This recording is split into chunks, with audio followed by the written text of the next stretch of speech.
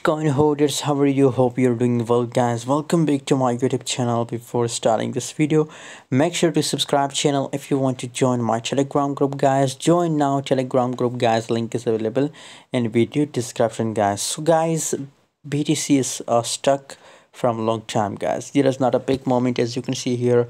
23,200 is the lowest. 23,500 and currently is 23,300, guys. So there is not a big movement in a Bitcoin. That's why the all crypto market is looking stuck, guys. But still, if we talk about Bitcoin productions of 40.11%, the volume decreased, guys. So that's mean that currently the volume is looking negative and possibilities for Bitcoin to crash, guys. By the way, what's your opinion about Bitcoin? My recommendation that the market of BTC is looking bearish, but for a little bit.